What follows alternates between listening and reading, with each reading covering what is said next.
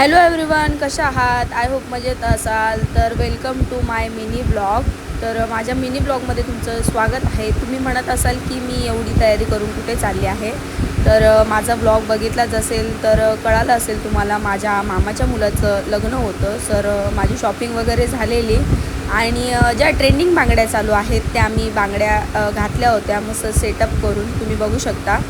त्यानंतर आम्ही इकडे पोचलो स्टेशनवरती, पूर्ण तयारी वगैरे पॅकिंग वगैरे करून. ऑलरेडी आम्हाला लेट झालेला आणि गरम इतकं होत होतं की सम्राटला तुम्ही बघू शकता, पूर्ण घाम म्हणजे असा गळत होता त्याचा आणि पूर्ण ओला झालेला त्याच्यामध्ये, असं पूर्ण त्याला अंगाला वगैरे खाज येत होती, इतकी गरमी होती. तर इकडे ट्रेनमध्ये बसलो होतो फायनली आम्ही, आणि दुपार झाली होती, सकाळची ट्रेन होती आमची, त्याच्यामुळे आम्ही सकाळी सकाळी काही बनवलं नव्हतं.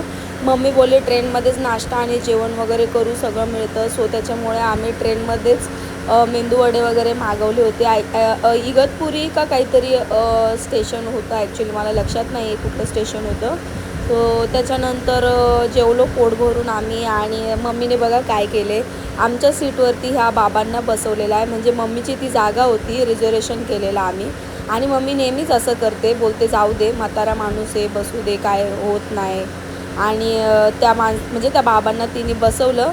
आणि त्या बाजूच्या काकी बोलत जाऊ दे ग, बसू दे, काय नाही होत. मग मी त्या काकीनं सांगत होती, काकी हिच्यासाठी आम्ही रिझर्वेशन केलं म्हणून, कारण की हिचे पण असेच पाय दुखत असतात, त्यासाठीच आम्ही रिझर्वेशन करतो. पण ठीक आहे, मम्मी ती मम्मीच असते. त्याच्यानंतर आता आम्ही इकडे फायनली माझ्या माहेरी पोचलोत. आणि माहेरी पोचल्यानंतर मी तुम्हाला नेक्स्ट ब्लॉग नक्कीच मिनी ब्लॉगमध्ये दाखवेल. आवडला असेल तर नक्कीच कमेंट करा, शेअर करा, लाईक करा. बाय.